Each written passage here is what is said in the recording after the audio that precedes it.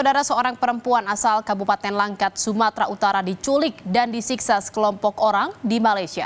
Diduga karena kasus utang piutang, korban dikurung dan mendapat tindak kekerasan dari para pelaku selama 10 hari.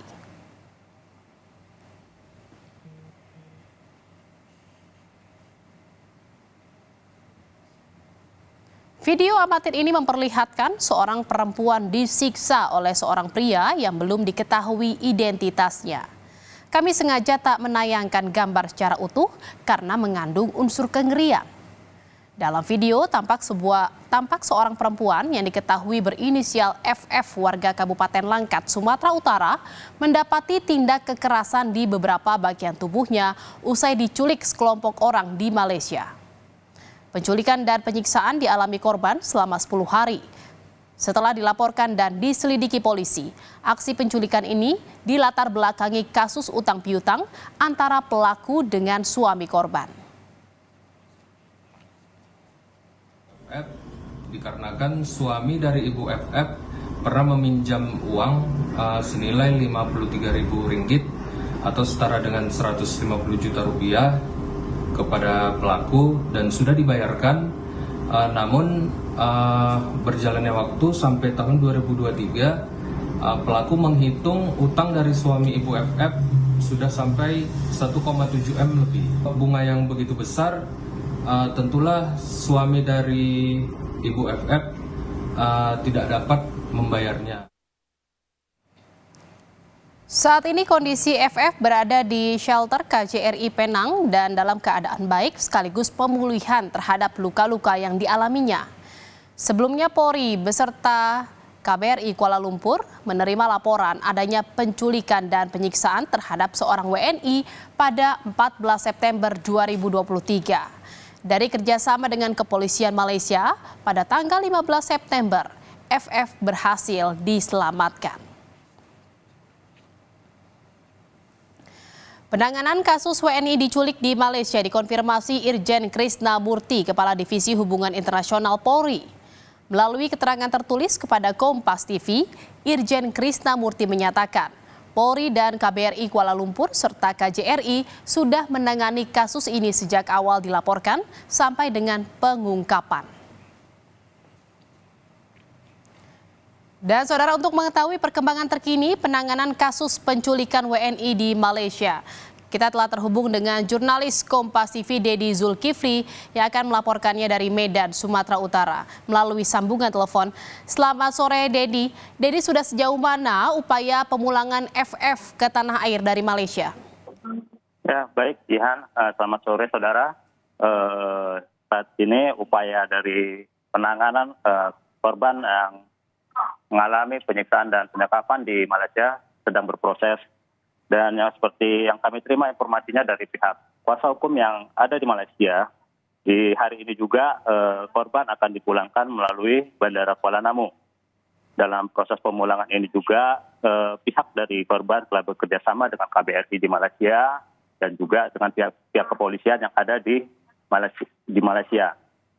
Untuk diketahui juga proses yang cukup panjang dalam upaya membebaskan korban dari para penyekap ini itu dimulai dari awal September, yang kemudian ditindaklanjuti oleh pihak keluarga dan korban meminta bantuan dari tim kuasa hukum yang kemudian terbang ke Kuala Lumpur untuk berkoordinasi dengan KBRI di Malaysia. Kemudian proses itu ditindaklanjuti oleh Polri bekerjasama dengan pihak kepolisian di Malaysia yang pada akhirnya tanggal 17 September kemarin berhasil mengungkap sindikat dari kelompok yang penculik itu berjumlah 13 orang. Sebagaimana diketahui bahwasannya penculikan ini dimotivi oleh adanya hutang piutang antara korban dengan pelaku hingga akhirnya terjadi tindakan penyekapan. Jihan, untuk saat ini proses keberangkatan mereka sedang berlangsung, yang diperkirakan berangkat dari Malaysia sekitar pukul 3 sore ini dan akan diperkirakan tiba di Kuala Namu sekitar pukul 4.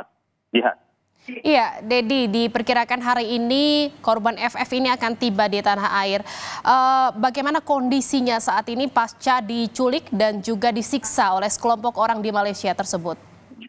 Ya, saudara, dari informasi yang kami dapat dari kuasa hukum dan juga keterangan dari sejumlah keluarga bahwasanya kondisi korban sudah berangsur membaik dan bisa dibawa pulang dan akan juga dilakukan perawatan yang masih memungkinkan di tanah air. Kemudian juga proses-proses yang ada di tanah air juga akan cepatnya diselesaikan dan diupayakan oleh pihak keluarga. Lihat.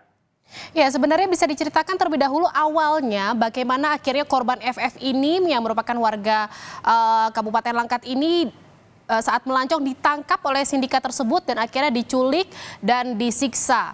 Lalu bagaimana penanganan terhadap para pelaku sejauh ini oleh kepolisian Malaysia? Dedi. Ya, baik Jihan, dari informasi yang kita kumpulkan, baik dari pihak kuasa hukum dan keluarga, bahwasanya ini berawal dari pepergian korban melakukan pelancongan ke Kuala Lumpur, di mana dia ada usaha jasa titipan dan tidak tahu menahu tentang permasalahan yang terjadi suaminya. Di sana ternyata korban sudah menjadi sasaran target dari para pelaku hingga kemudian pada tanggal 6 dilakukan penyekapan. Nah, pada proses penyekapan tersebut pihak pelaku kemudian mengirimkan sejumlah video tentang upaya semacam pemerasan dengan gambar-gambar penyiksaan tersebut yang kemudian oleh pihak suami ditindaklanjutin dengan melapor pihak tim kuasa hukumnya yang kemudian berkoordinasi di KBRI di Malaysia. Di Malaysia kemudian upaya itu terus berlanjut hingga bekerjasama dengan pihak kepolisian baik dari Polri maupun dari kepolisian di Raja Malaysia. Hanya selang sekitar beberapa hari kemudian pengungkapan itu berhasil menangkap 13 orang termasuk otak pelaku penyekapan tersebut yang ternyata masih terkait hubungan bisnis dengan suaminya, suami korban. Ya, Jihan. Ya, saat ini para pelaku masih ditahan dan diperiksa lebih lanjut oleh kepolisian Malaysia. Seperti itu, Dedi. Ya, untuk saat ini proses hukum sedang berlanjut kepada para pelaku ke-13-nya termasuk otak pelaku yang diproses oleh pihak kepolisian di Raja Malaysia. Jihan. Baik, terima kasih atas laporan Anda, Dedi Zulkifli dari Medan, Sumatera Utara.